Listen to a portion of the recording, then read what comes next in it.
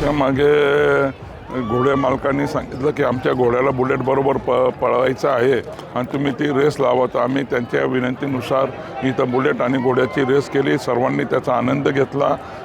खरं म्हणजे चेतक फेस्टिवल हा घोड्यांचा फेस्टिवल आहे, अश्वांचा फेस्टिवल हा अश्वमहोत्सव आहे. म्हणून याच्यामध्ये जेवढे अश्वांचे काही प्रकार असतील, मग रेस असेल, मग त्यांचं नृत्य असेल, त्यांचं सौंदर्य असेल, त्यांची लकब असेल, त्यांची चालची पद्धत असेल, तर याचं सर्व इथं बघायला मिळतं आणि ते इथं अश्वप्रेमींना, लोकांना, नागरिकांना बघायला मिळावं.